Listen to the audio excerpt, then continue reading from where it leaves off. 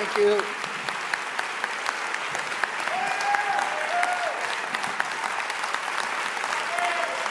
Thank you so much.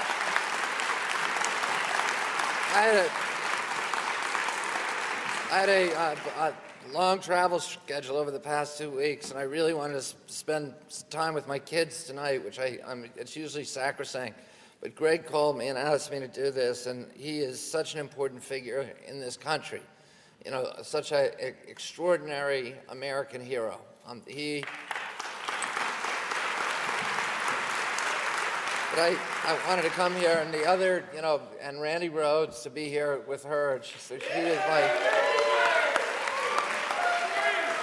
these are the exemplars, you know, the paradigms, the models of what journalism and punditry should be about in this country, which is challenging authority and looking into the claims of government officials and being skeptical. And without that kind of integrity in journalism and that kind of energy and that kind of mission, our democracy cannot survive. And that's what I kind of want to talk about tonight. Tonight I was driving down here. I had to go do a talk at late this afternoon, at the New York Public Library on a new book, the reissuance of Barry Goldwater's 1955 classic, The Conscience of a Conservative, which I did the introduction to.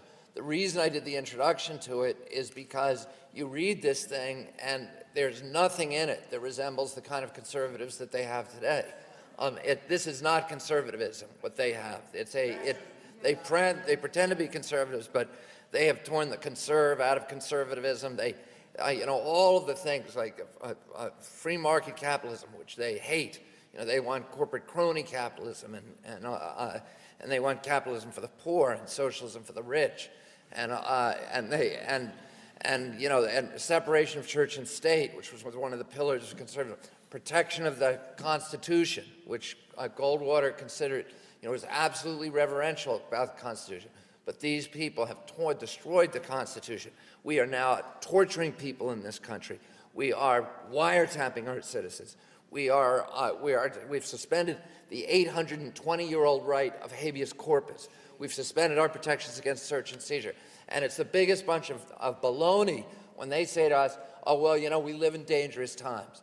This is right. If you really look at it, and I have friends who died in the World Trade Center attack. My offices were destroyed in that attack. But objectively, we live in one of the safest times in the history of this planet, you know, for Americans. Because when I was a little boy, you know, and we had 15,000 nuclear-tipped warheads in Russia pointing at our country, each one able to destroy an entire city, that was dangerous times.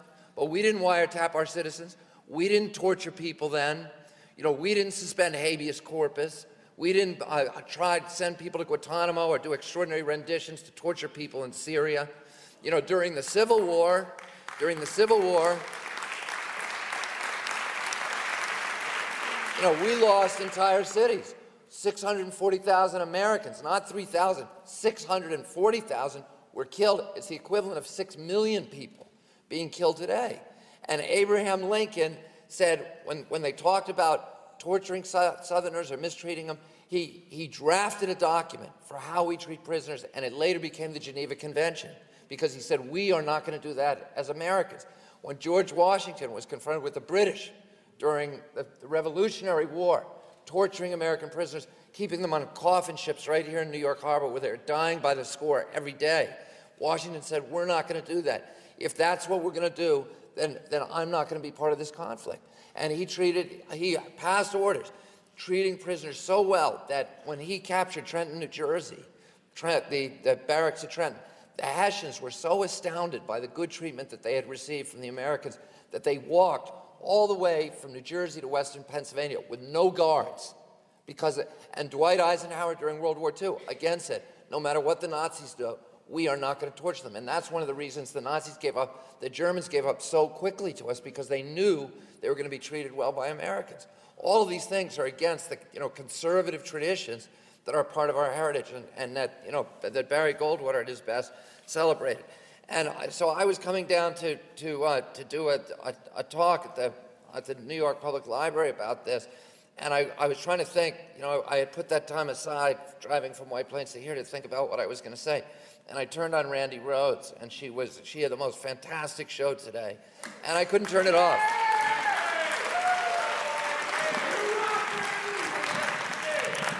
She was reciting all of these, these ridiculous, absurd things that these journalists, from Chris Matthews, Joe Scarborough, and all of our great stellar journalists were saying when, President Bush declared mission accomplished, and how they were all saying, well, now the Democrats have to apologize because they criticized the war. And, Chris Matthews saying, we're all neocons now, right? Anyway, I love you, Randy. Every day when I go home from work, I look forward now to riding in my car because I listen to her every day, and she is really an amazing hero. And, this is what we need.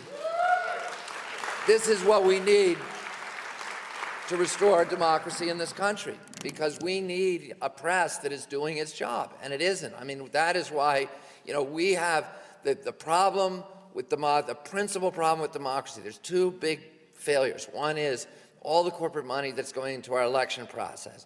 And the second failure is that we have a negligent and indolent press in this country that has simply let down American democracy.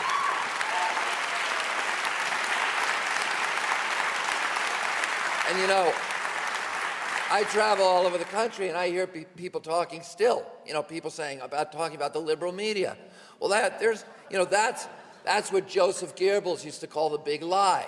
If you just keep saying it and saying it and saying it, people begin believing it. But there's no liberal media in this country. What do you have? You have The Nation's magazine, you have Mother Jones, you have Rolling Stone, you have Pacifica Radio, Air America, and then, you have these two guys, and that's pretty much it. But we have a right-wing media in this country, and if you look around, that's where Americans are disproportionately getting their news.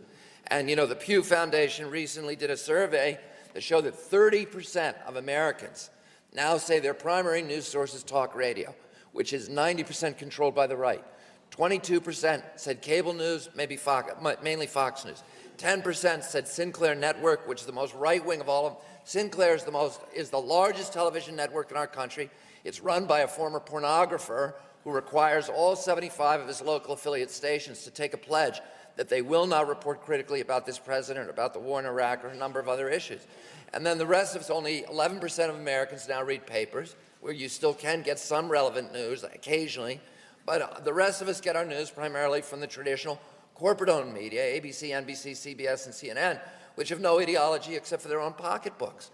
And that ideology is almost always coterminous with the ideology of the party in power, but particularly the Republican Party. Because, they want all these consolidations, they're supporting these corporate consolidations. These are huge companies that have all kinds of subsidiaries that are looking for licensing deals and consolidation, concessions from the government, and they're not going to say something that offends them.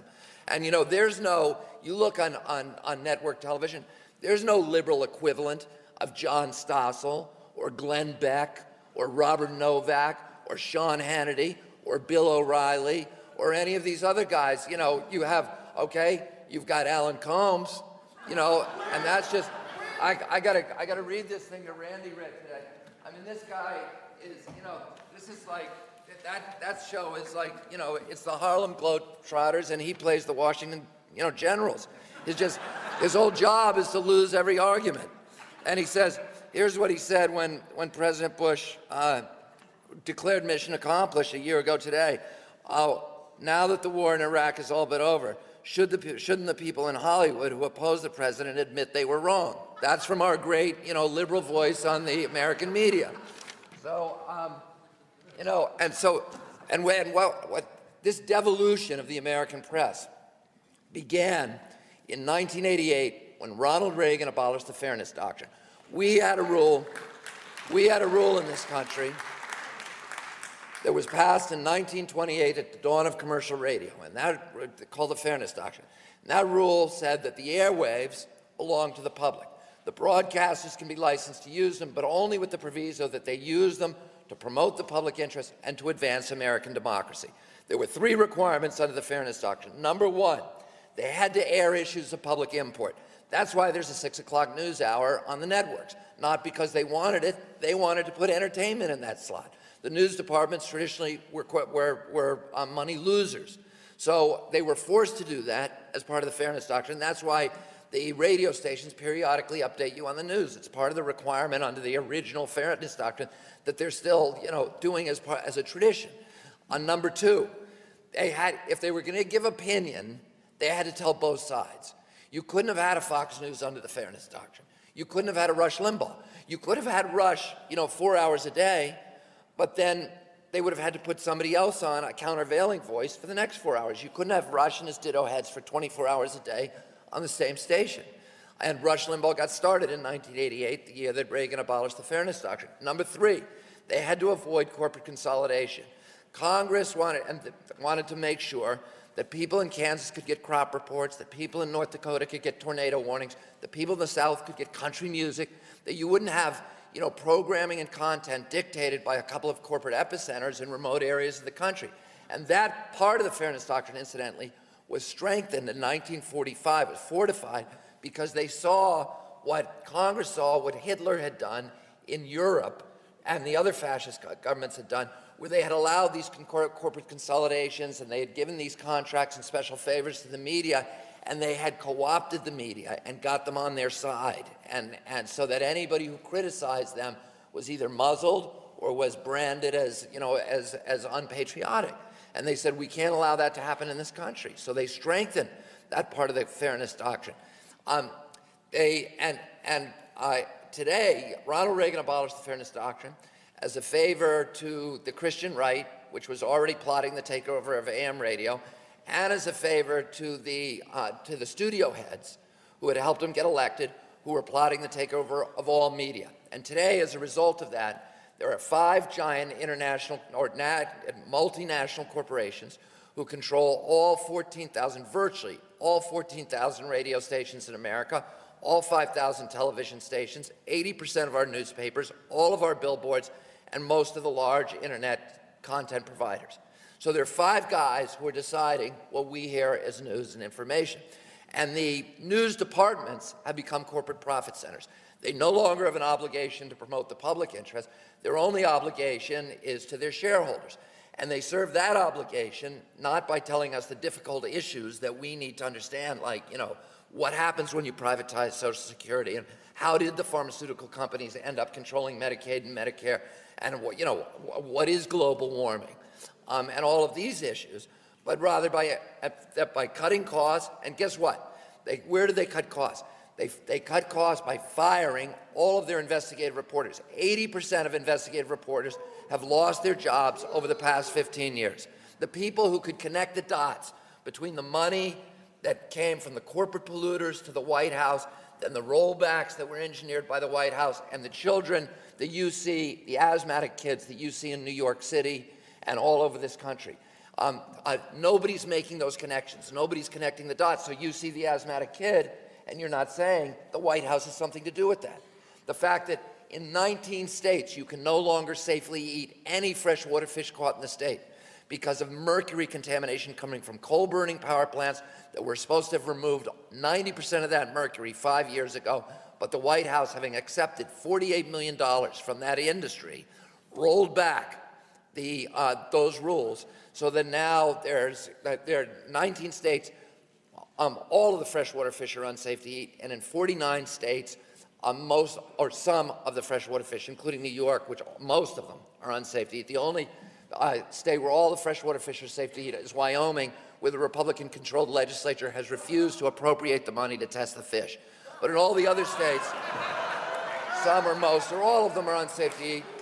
According to CDC, 1 out of every 6 American women now has so much mercury in her womb, 1 out of every 6, that her children are at risk for a grim inventory of diseases: autism, blindness, mental retardation, heart, liver, and kidney disease. My levels of mercury are 2.5 times what EPA considers safe just from eating fish. And all of this could have been stopped except that Bush abolished the mercury rule.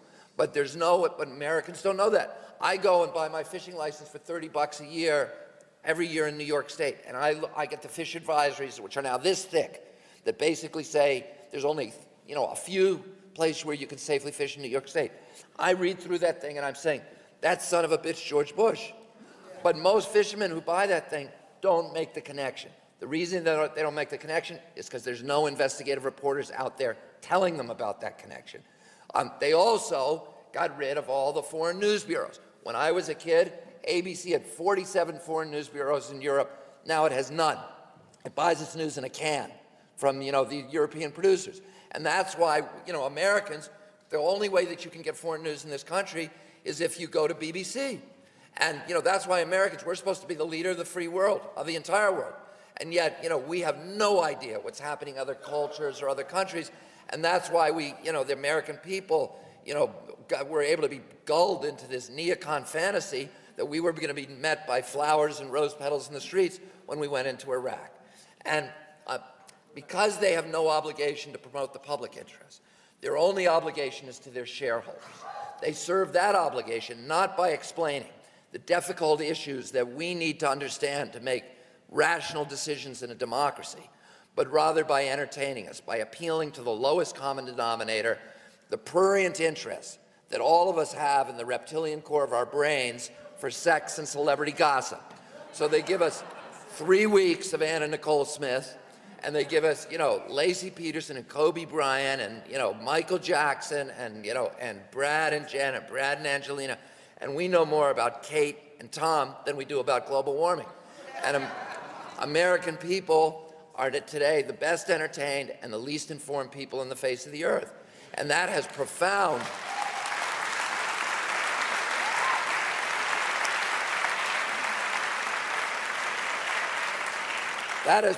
implications for our democracy, because a democracy cannot function long if it does not without an informed public.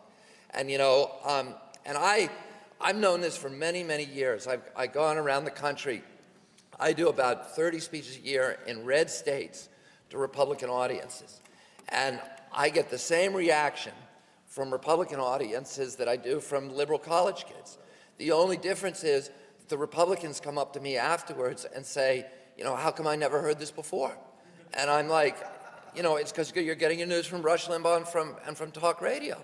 And I came to this conclusion a long time ago that 80% of Republicans are just Democrats who don't know what's going on. And that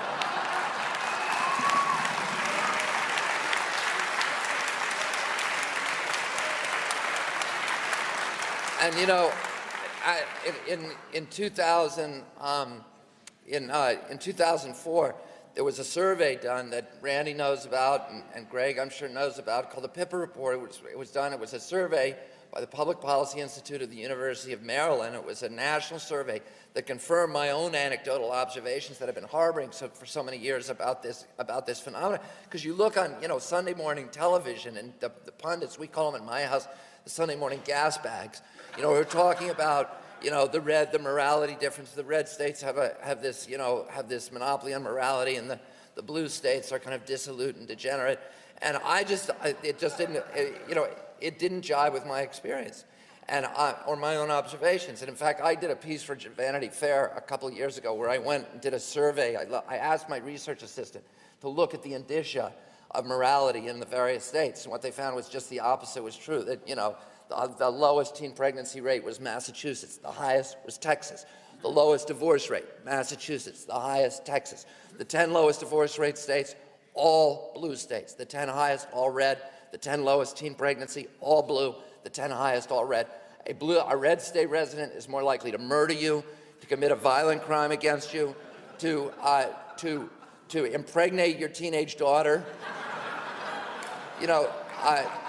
to watch Desperate Housewives on TV, to buy pornography, to play degenerate video games like Grand Theft Auto, et cetera, et cetera. So there was this difference didn't exist. And what the Piper report showed is that Piper went out and they quizzed people based upon their knowledge of current events and their party affiliation. And what they found was that there was not a values deficit, but there was a huge information deficit among people who voted Republican. They found, for example, 70% of the people who said that they were going to vote, that had voted for George Bush, said that they believed that Saddam Hussein had bombed the World Trade Center. 70% believed that weapons of mass destruction had been found in Iraq. 65% said that they believed that the American invasion of Iraq was strongly supported on the Muslim street among Iraq's Muslim neighbors and by our traditional allies in Europe. 64% said that they believed that President Bush strongly supported the Kyoto Protocol and strong labor and environmental standards in our international treaties, which of course all of that is wrong. Then Pippa went back 2 more times. The second time it went back to find out where the source of the misinformation was. And invariably, the people who had all this misinformation said that their primary news source was Fox News or talk radio. They went back a 3rd time to determine what people's essential values were. And they asked a series of hypotheticals. For example, they said, what if there were no weapons of mass destruction in Iraq? What if Saddam Hussein had nothing to do with bombing the World Trade Center? What if the American invasion of Iraq was mostly opposed on the Muslim street and among our traditional allies in Europe? Should we have still gone in? 84% of Democrats and 84% of Republicans said the same thing. We should not. So there was no difference in the values. The only difference was in the information. And that is why it is so critical to have a working press in our country. And you know, when I did a piece on the fairness doctrine, again for Vanity Fair a couple of years ago, about a year and a half ago, and I went back and looked at the debates that occurred when the fairness doctrine was passed almost unanimously by Republicans and Democrats in 1928. And they recalled the initial debates at the beginning of our country, where there was a division between Jefferson, who wanted a universal franchise, he wanted everybody to vote, and Hamilton, Adams, and Madison, who wanted to restrict the vote to landed gentry.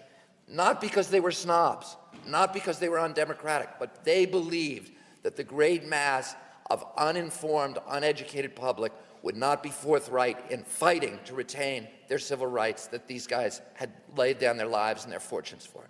And they said, only an educated public who has a long view will do that. And Jefferson said that, Jefferson agreed, and Jefferson himself said, an uninformed public will trade 100 years of hard-fought civil rights for a half an hour of welfare, you know, to the first religious fanatic or demagogue or tyrant who comes along and promises them a $300 tax break. He didn't say that, the last part, but he said the first part. But that's what he was talking about.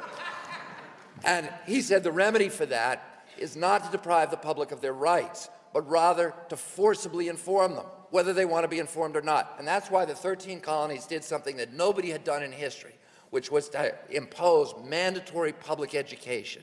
So you would go to jail if you did not attend school. You were punished for it. And that's because, and you know, Jefferson in Virginia started all these educational institutes, University of Virginia and other ones, to force people to understand current events and to understand philosophy and history and all these other things that we need to understand if we're going to retain our democracy. And you know, when the fairness doctrine came along, everybody said, hey, this is going to be the way that the public gets its information. We cannot afford to let this medium fall into the hands of a handful of profit-making corporations who are going to use it to enhance their own position and to consolidate their power with government against the people and against our constitutional rights. And that's why they passed the fairness doctrine. Now it was eroded. It was destroyed by Reagan, and then Clinton also through the Telecommunications Act torpedoed it and sank it completely. So and this corporate consolidation is happening now. As Greg showed in his film here, we are seeing the privatization of the American government. And we have a government now, that turned FEMA over, to somebody who paid them campaign contributions. And the head of the Forest Service is a timber industry lobbyist, Mark Ray, probably the most rapacious in history. The head of public lands, a mining industry lobbyist, Stephen Griles, who believes that public lands are unconstitutional. The head of the Air Division at the EPA is a utility lobbyist, Jeffrey Homestead, who's represented nothing but the worst air polluters during his entire career. The head of Superfund is a woman whose last job was teaching corporate polluters how to evade Superfund. The second in command of EPA is a Monsanto lobbyist. And I just did another piece in this month's Vanity Fair that shows that the top 100 environmental officials in the Department of Commerce, which regulates fisheries, Department of Interior, Department of Energy, Department of Agriculture, at the FDA, the EPA, and even the relevant divisions of the Justice Department are virtually, without exception, lobbyists from the worst of the worst of the worst of these polluters. And this is happening throughout our government, not just in the pollution, but everywhere else where you're getting corporations who are now running American government. And what happens when you allow corporations to run our government? What you get is plunder. And I have to say this. The American people have to understand that there is a huge difference between free market capitalism, which is a good thing because it makes us more efficient, more prosperous, and more democratic, and the kind of corporate crony capitalism which has been embraced by this White House.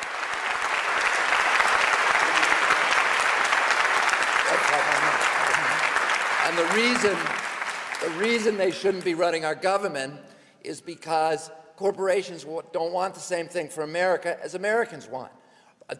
Corporations do not want free markets, and they do not want democracy. They want profits. And the best way for them to get profits too often is to use our campaign finance system, which is just a system of legalized bribery, to get their hooks into a public official, then use that public official to dismantle the marketplace, to give them monopoly control, and then to privatize the commons, to turn over our treasury, our air, our water, our public lands, our wildlife, our fisheries, the shared resource of our society that give context to our communities, that connect us to our past, and that are a source of our values and our virtues and our character as a people, and to turn those over for profit to these corporations. And when corporations, we have to remember this, legally cannot do good things. They cannot do true philanthropy. They can't do things that are good for our country or for our communities. When you see, Walmart bringing bottled water down to the Katrina victims, they're not doing that to be good guys.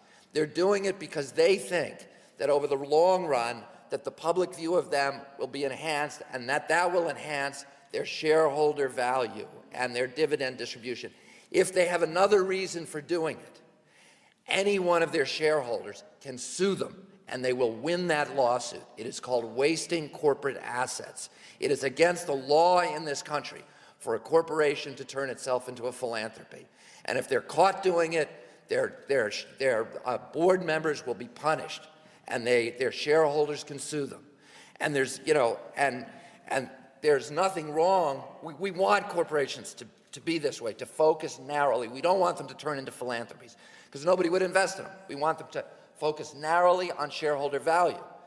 But we would be nuts to let them anywhere near our government, because we designed them to plunder. And that's what they're going to do to us if we let them run our country. And that's what they're doing now. And that's why, from the beginning of our national history, our greatest political leaders, Republicans and Democrats, have been warning Americans against the domination of corporate power. Teddy Roosevelt, a Republican, said that America would never be destroyed by a foreign enemy, by an Osama bin Laden, but he warned that our Bill of Rights, our Constitution, and our treasured democratic institutions would be subverted by malefactors of great wealth who would steal them from within. Dwight Eisenhower, a Republican, in his most famous speech ever, warned Americans against the domination by the military-industrial complex. Abraham Lincoln, the greatest Republican in history, said during the height of the Civil War in 1863, "I have the South in front of me, and I have the bankers behind me. And for my country, I fear the bankers more." And Franklin Roosevelt, during World War II, said that the domination of government by corporate power is, quote, the essence of fascism. And Benito Mussolini,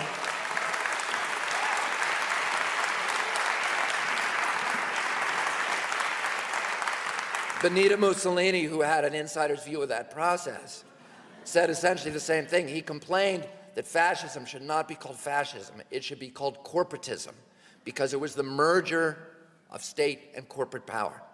And what we have to understand in this country is that the domination of business by government is called communism, and the domination of government by business is called fascism. And what we need to do, what our job is to walk that narrow trail in between, which is free market capitalism and democracy, and hold big government at bay with our right hand and big business at bay with our left. And in order to do that, we need an informed public that is able to recognize all the milestones of tyranny. And we need an aggressive and independent press that is willing to stand up and speak truth to power. And we no longer have that in the United States of America. Thank you all very much.